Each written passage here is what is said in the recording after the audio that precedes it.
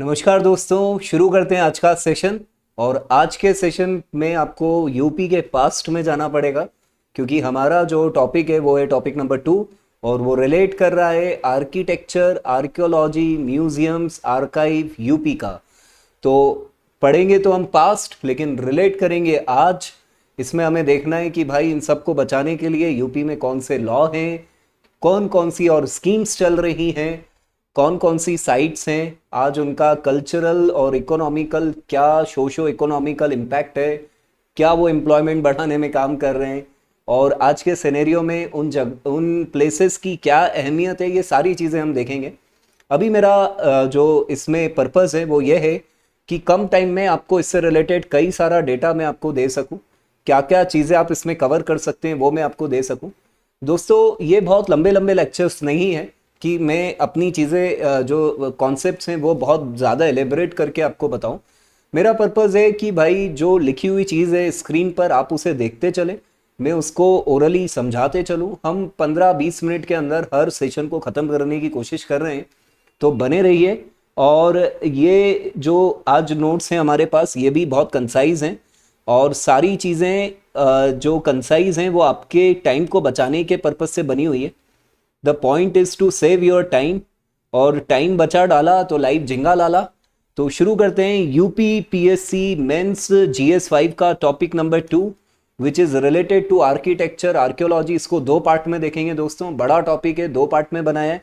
Archaeology बाद में cover करेंगे, पहले आर्किटेक्चर पे आते हैं। पहले की डेटा देख लो। की डेटा में इसलिए बताता हूँ कि थोड़ा सा आपको समझ में आएगा कि ये किस चीज़ पर बात चल रही है। आर्किटेक्चर ले देकर आपको ताजमहल, आगरा फोर्ट, 12 इमाम बाड़ा, काशी विश्वनाथ टेम्पल और इसके अलावा देवघर के जो टेम्पल्स हैं, कॉलोनियल बिल्डिंग्स हैं, इन सबको कवर करना है। और ख़ास बात पता है क्या है यूपी की? जो आपकी टाइमलाइन बनेगी वो एंशियंट टाइम से लेकर मिडवीवल और उसके बाद कॉलोनियल और आज जो हो रहा है, जैसे भव्य राम मंदिर बना अयोध्या में, तो वो जो आर्किटेक्चर है आज का, ये सारी चीज़ें हम यहाँ पर देखने वाले हैं। तो आर्किटेक्चर, ताजमहल, आगरा फोर्ट, ये सारी चीज़ें हम कवर करेंगे। म्यूजियम्स के बारे में थोड़ा सा कम ही देखना है दोस्तों। तो आर्किटेक्चर एंड सिग्निफिकेंस की बात करेंगे। मैंने बताया आपको कि जो आर्किटेक्चर की बात हो रही है वो एंशियंट टाइम से लेकर चल रहा है। यहाँ पे जो बुद्धिस्ट आर्किटेक्चर है और जो सल्तनत काल का जो आर्किटेक्चर है, ये अंग्रेज़ों के ज़माने का जो आर्किटेक्चर है, सब इसमें कवर रहेगा। सिग्निफिकेंस देखेंगे उनका, उस समय क्या सिग्निफिकेंस था, आज क्या सिग्निफिकेंस है, क्योंकि उस समय कुछ ऐसी सिटीज़ थी जो बाकायदा बहुत डेवलप्ड थी उस टाइम के हिसाब से। तो आज हमें उससे क्या सीखने को मिल रहा है, ये सारी चीज़ें हम इसमें कवर करेंगे। अब मैं नोट्स पर आता हूँ, क्योंकि मुझे आपका टाइम बचाना है। मेरा मेन जो लक्ष्य है वो यही है, आर्किटेक्चर और उसका सिग्निफिकेंस। तो देखते हैं बेटा, स्टाइलिक फ्यूजन देखते हैं पहले। सब मिलेगा यहाँ पर आपको, blend of Buddhist, Hindu, Indo Islamic, European style, सब है, सबकी भरमार है यूपी में। यूपीज आर्किटेक्चर में सब मिलेगा आपको। स्तूपास मिलेंगे, टेम्पल मिलेगा, फोर्ट मिलेगी, मस्जिद मिलेगा, पैलेसेस मिलेंगे, ये कॉलोनियल एरा की बिल्डिंग मिलेगी, मतलब हर चीज अवेलेबल है यहाँ पर। मेजर एरा देखते हैं भाई, एंशियंट बुद्धिस्ट एरा में आपको जो फेमस है वो है दमेक स्तूपा। सारनाथ का दमेक स्तूपा है, और अशोका पिलर है जो कि भाई बुद्धिस्ट पीरियड से रिलेट करता है। हिंदू टेम्पल में अगर आप देखोगे तो यहां पर आपको देवघर में आपको जैन धर्म के लगभग 31 से ज्यादा मंदिर मिलेंगे, और मूर्तियां तो असंख्य मात्रा में वहां पर हैं। दशावतार टेम्पल मिलेगा, वाराणसी का काशी विश्वनाथ मिलेगा आपको, जो कि नागरा स्टाइल में बने हुए। तो हमने एंशियंट बुद्धिस्ट चीजें भी देखी, हिंदू टेम्पल, जैन टेम्पल्स के बारे में देखा। इंडो इस्लामिक एंड मुगल्स में अगर आप देखोगे तो यहां पर भाई ताजमहल है जो हमारा व्हाइट मार्बल में बना हुआ है। ताजमहल व्हाइट मार्बल में, लेकिन रेड स्टोन जो सैंड स्टोन है उसमें आगरा फोर्ट है, फतेहपुर सीकरी है। ओध में अगर आप जाओगे तो वो थोड़ा सा मुगल इन्फ्लुएंस और लोकल फ्लेयर भी यहाँ पर मिलेगा आपको, जैसे बारा है, छोटा इमाम बारा है लखनऊ में।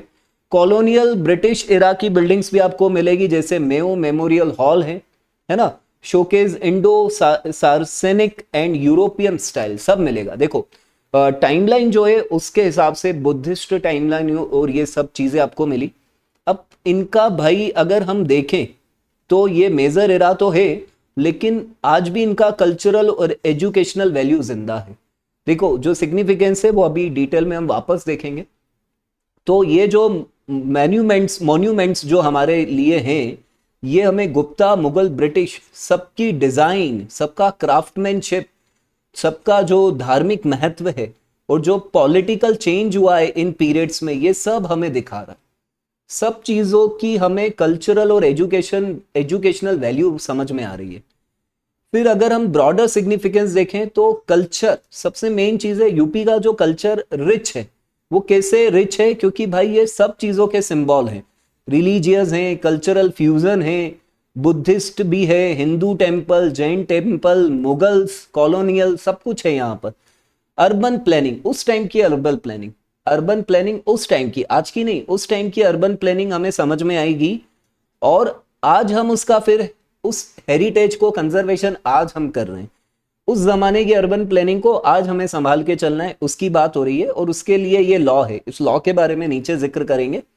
तो साइट्स लाइक फतेहपुर सीकरी, जो फतेहपुर सीकरी है वो उस समय का अर्ली अर्बन प्लानिंग हमें बताता है, और आज हम उसको कंजर्व करने की कोशिश कर रहे हैं। और आज के सिग्निफिकेंस में हम देखें तो टूरिज्म, क्योंकि देखो इन जगहों पर लोग घूमने आएंगे। ताजमहल को लोग, यूनेस्को साइट है भाई, यूनेस्को आइकॉन है, अभी नीचे आएगा। फतेहपुर सीकरी है, आगरा फोर्ट है, ये सब यूनेस्को साइट्स हैं। तो यहाँ लोग घूमने आते। और इधर तो अब ठीक है, राम मंदिर का अगर हम बात करें तो राम मंदिर अयोध्या में इतने लोग आ रहे हैं, इतने लोग आ रहे हैं, तो टूरिज्म बढ़ता है, लोकल लोगों का एम्प्लॉयमेंट बढ़ता है। अभी हम एक स्कीम देखेंगे कि जहां पर छोटी छोटी एरिया में आर्कियोलॉजी तो है, लेकिन वहाँ लॉजिंग फैसिलिटी नहीं है। तो वहाँ लोकल लोग अपने घरों में लोगों को रुकवा रहे हैं, तो उधर के कल्चर को जानने का मौका, ये सारी चीजें मिलेंगी। तो मैं वास्तव में ये बिलीव करता हूँ कि एक्सप्लेन इज नॉट, मतलब एक्सप्लेनेशन देना बहुत सारी चीजों का वो कोई बड़ी चीज नहीं है दोस्तों, आपको टाइम बचाना है। मैं आपसे एक रिक्वेस्ट करूंगा कि आप जो भी वीडियो देखें 1 से 2 बार देखें, बाकी आप जितना कॉपी पर अपने पेन से लिखेंगे उतना ही आपको मेंस में फायदा मिलेगा। सिर्फ वीडियोस को देखने भर से, डेटा को पढ़ने भर से कुछ नहीं होने वाला है। तो tourism as UNESCO icons, the sites draw global attention, बहुत अटेंशन मिलता है, बहुत लोग आते हैं और हमारे देश की हिस्ट्री और ये सब जानेंगे, और मेन चीजें हमें एम्प्लॉयमेंट मिलेगा। तो ये समरी टेबल देख लेते हैं भाई। ताजमहल का जिक्र आया है तो सिंबल ऑफ लव है, ठीक है, और वर्ल्ड क्लास इनले वर्क है, यूनेस्को आइकॉन है। आगरा फोर्ट की बात करें तो पॉलिटिकल सीट रहा है भाई उस जमाने में। फिर रेड सैंडस्टोन आर्किटेक्चर है, थोड़ा भाई आप किसी चीज को जिक्र कर रहे हो तो उसके आसपास की बात भी करोगे। मुगल अर्बन डिजाइन है, यूनेस्को साइट है। फतेहपुर सीकरी की बात करेंगे तो प्लांट मुगल कैपिटल है।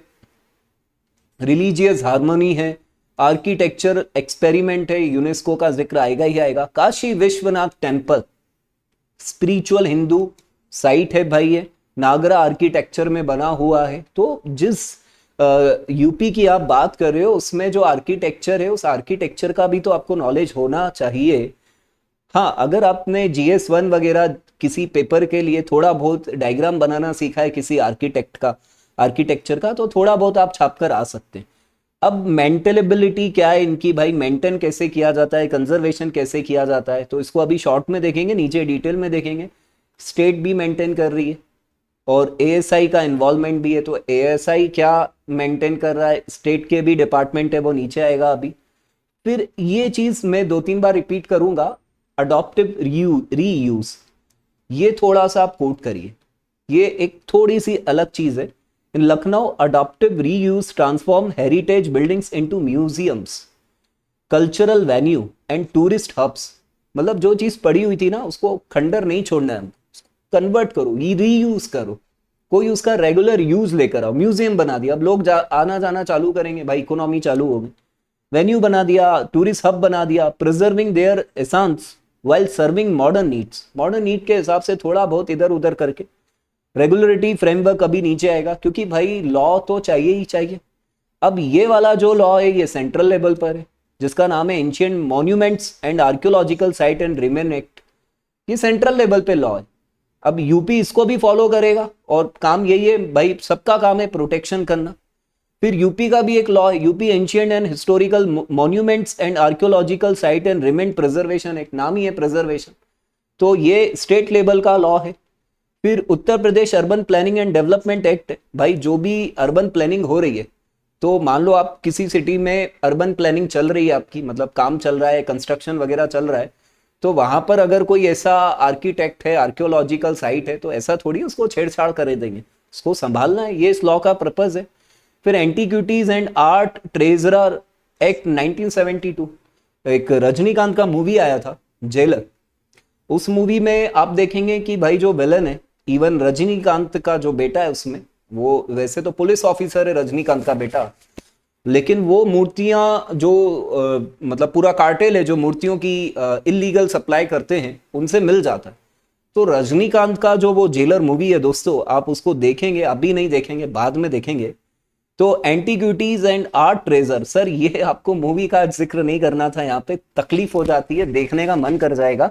तो एंटीक्विटीज एंड आर्ट ट्रेजर की जो बात हो रही है, भाई संभालना है इनको, इनकी ये इधर उधर जो होते हैं ना, इनको संभालना है। इनके डेजिग्नेटेड ऑफिस है लखनऊ, फैजाबाद, गोरखपुर, वाराणसी में इनके ऑफिस हैं। मतलब ले देकर हम यहाँ पर ये इसलिए देख रहे हैं कि यूपी में आर्किटेक्ट और उससे रिलेटेड चीजों को संभाला जा रहा है। रिस्पॉन्सिबल डिपार्टमेंट एंड बॉडीज की बात करते हैं, एएसआई काम कर रहा है यूपी में, काम करेगा भाई, कंजर्वेशन करेगा। उत्तर प्रदेश ने खुद का भी डिपार्टमेंट बना रखा है, ऐसी बात नहीं है, Uttar Pradesh directorate of archaeology भी चल रहा है, जिसका काम है overseas state protected monuments and site museums, ये संभालेगा भाई। मऊ कला, चुनार है ना, Shivdwar. UP tourism and cultural department, भाई क्या होता है कि जैसे आपको किसी किले में घूमने जाना है, तो वहां पे टूरिज्म डिपार्टमेंट संभाल रहा है उसको, कौन आएगा, किसको एंट्री देना है, किस टाइम खुलना है। एक आध दिन छुट्टी रहती है जहाँ साफ सफाई चलती है, मेंटेनेंस चलता है, तो हर स्टेट में ये रहता है tourism department. District level committee होती है, कलेक्टर एसपी है भाई, वो निगरानी रखेगा अपने जिले के अंदर। आप समझिए आप कलेक्टर एसपी बन रहे हैं, भगवान करे आप बने, और पुरुषार्थ जो आप कर रहे हैं, जो मेहनत कर रहे हैं, संघर्ष कर रहे हैं, उसका फल आपको मिले। तो आपको इन चीज़ों को इग्नोर नहीं करना है, वहाँ पे ध्यान रखना है। और लोकल बॉडीज भी होती हैं, जो पंचायत है, म्यूनसिपलिटीज है, देखो सेंट्रल गवर्नमेंट हर जगह नहीं पहुँच सकती, तो ये धीरे धीरे हिरार्की बनी है कि भाई सबको अपनी अपनी ड्यूटी निभाने का है। एक बार क्विक कंपैरिजन टेबल देख लेते हैं। ये जो एक्ट आया था सेंटर वाला, ये सेंट्रली प्रोटेक्टेड मॉन्यूमेंट्स के लिए है। एएसआई इसका मैनेजमेंट देखेगा, सिक्योरिटी देखेगा, रिस्टोरेशन करेगा, इंक्रोचमेंट को बंद करेगा, इस तरीके से ये काम करेगा। यूपी एक्ट था इनको बचाने के लिए, वो स्टेट प्रोटेक्टेड मॉन्यूमेंट्स के लिए है। यूपी अर्बन डेवलपमेंट रिपीट हो रहा है कि भाई हर कुछ नहीं बनाने का है, वहां पर ऑल्टरेशन वगैरह जो करना है। ये एक नई चीज आई, हृदय स्कीम, ये आप जिक्र कर सकते हो। सेंट्रल स्कीम है, हेरिटेज को लेकर है, हेरिटेज को लेकर है, और इंफ्रास्ट्रक्चर अपग्रेडेशन कराना है, वहां पे धंधा पानी बढ़ाना है, मेन चीज ये है। Adoptive reuse policy, PPP leases है, मतलब हम किसी म्यूजियम, मतलब कोई आर्किटेक्चरल जगह है, खाली पड़ी है, खंडर है ना, फेमस हो गई है, भूतिया जगह बन गई है, ये लिखकर नहीं आना है, भूतिया जगह बन गई है, किसी प्राइवेट सेक्टर की कंपनी को दिया, उसने उसको रेनोवेट किया, आज की नीड के हिसाब से पूरा किया, लोगों के लिए म्यूजियम बना दिया, कोई एक रेस्टो बना दिया, रेस्टोरेंट बना दिया, वहां लोग मस्त, लोगों को एम्प्लॉयमेंट मिलना चाहिए, और वो चीज बर्बाद हो रही थी, तो उसका यूज हो रहा है। तो लॉन्ग टर्म पीपी लीज पे चल रहा है, फंक्शनल रीयूज कर रहे हैं, हेरिटेज फ्रेंडली रिस्टोरेशन कर रहे हैं। मॉन्यूमेंट मित्रा स्कीम, भाई आप पैसे वाले हो, आपको लगा कि ये चीज बहुत पुरानी है, इसको संभालना चाहिए, प्रिजर्व करना चाहिए, आपने गोद ले लिया, जैसे बच्चों को गोद लेते हैं वैसे आप इस चीज को अडॉप्ट कर रहे हैं भाई। प्राइवेट फर्म्स जो होती हैं, लेकिन ये पैसे वाला ही कोई करेगा, और उसको लगाओ, उसका सीएसआर से लिंक कर सकते हो इसको, कॉर्पोरेट सोशल रिस्पॉन्सिबिलिटी में ऐसा होता है। रजिस्ट्रेशन ऑफ एंटीक्विटीज, मतलब जो चीजें हैं उनका रजिस्ट्रेशन करना, रिकॉर्ड मेंटेन करना। होम स्टे पॉलिसी, ये मैं जो बता रहा था ना, जो लॉजिंग फैसिलिटीज की कमी है ना, पधारो सा, ये तो खैर राजस्थान में चलेगा, लेकिन हमारे घर में रुकने की व्यवस्था रहेगी, और ऐसा वैसा आपको फैसिलिटी मिलेगा, आप रुकिए, मस्त आपको खाना वाना मिलेगा, और लोकल हम फूड आपको खिलाएंगे, यहाँ के कल्चर से जोड़ेंगे। आए हो तो घूमो, गांव में रहो। अब ऑपरेशनल और कंजर्वेशन मैकेनिज्म देखते हैं भाई। सिक्योरिटी मेजर्स जरूरी हैं, एएसआई का सिक्योरिटी होता है, सीआईएसएफ होता है जो गृह मंत्रालय, सेंट्रल जो इंडस्ट्रियल सिक्योरिटी फोर्सेस हैं, प्राइवेट सिक्योरिटी गार्ड्स भी होते हैं भाई। एमपी टूरिज्म वगैरह के सॉरी यूपी टूरिज्म में कहीं जाओगे आप तो प्राइवेट सिक्योरिटी गार्ड भी मिलेंगे। इंक्रोचमेंट रिमूवल पर काम चल रहा है, स्टेट लेवल बायलॉज भी हैं, आर्टिफैक्ट रजिस्ट्रेशन हो रहा है कि भाई इलिसिट ट्रेड को रोका जाए, और कम्युनिटी इन्वॉल्वमेंट को, पीपी इंगेजमेंट को बढ़ाया जा रहा है। अडॉप्टिव रीयूज बेटा ये तो ध्यान रखना बार बार आ रहा है। सर बार बार क्यों आ रहा है, एक बार ही लिखते भाई, 2-3 बार आएगा दिमाग में घुसेगा। म्यूजियम एंड आर्काइव देख लो भाई, ये थोड़ा फटाफट देखेंगे अपन। स्टेट म्यूजियम है लखनऊ में है, लखनऊ में है। अब एक आध दो चीज थोड़ा इसके बारे में लिखना हो तो क्या लिखोगे? Housed in Qaiser Bagh gardens, features archaeology, natural history, art, manuscript है यहाँ पर। गवर्नमेंट म्यूजियम मथुरा, मथुरा यहाँ पर आपको भाई कुषाण गुप्ता स्कल्पचर्स मिलेंगे, जैन बुद्धिस्ट आर्टिफैक्ट्स मिलेंगे। Allahabad museum, Allahabad museum sir झुक जाता है भाई मेरा जब मालूम चलेगा कि आजाद की पिस्तल यहाँ पर रखी हुई है। मैं आजाद था, आजाद हूं, आजाद रहूंगा, ठीक है। जन्म मध्य प्रदेश में हुआ, लेकिन भाई जो भी इनका बचपन गुजरा, जो जवानी गुजरी और जो अंतिम समय था जिसमें ये शहीद हुए, ये सब यूपी की कहानी है।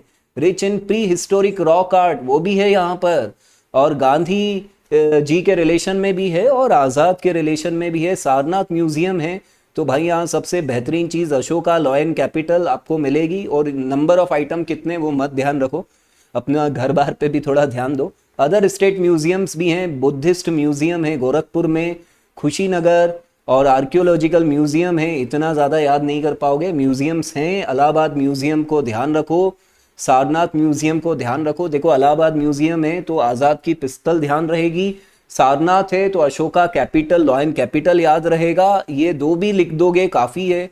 और कुछ स्पेशलाइज्ड इंस्टीट्यूशंस हैं, 1857 मेमोरियल म्यूजियम लखनऊ, देखो क्या फ़ायदे हैं इसके।